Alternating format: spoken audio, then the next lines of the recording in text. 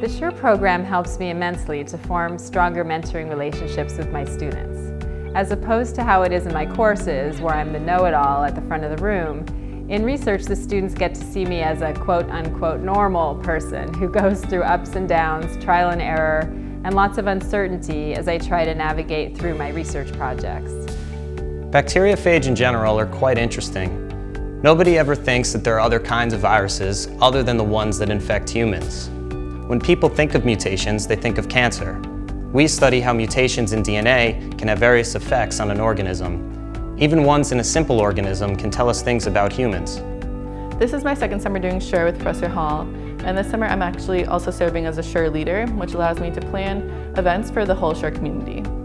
During my previous semester, I studied in Copenhagen and was part of a research lab at Copenhagen University.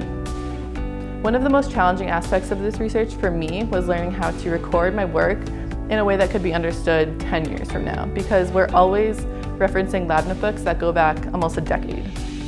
The most important thing is that students get a taste of what research in science is like.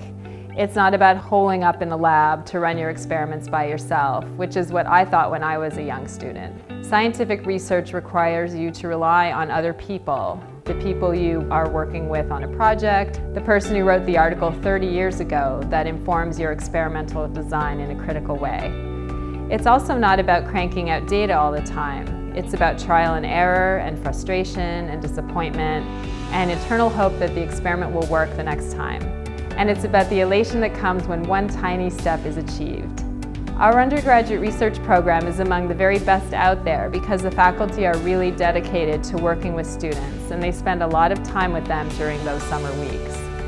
I love the point at which the students know all the basic stuff about the lab and the research projects, and we can then start talking about the science at a deeper level. When we can start making nerdy inside jokes about the science and we all crack up, I know we're there.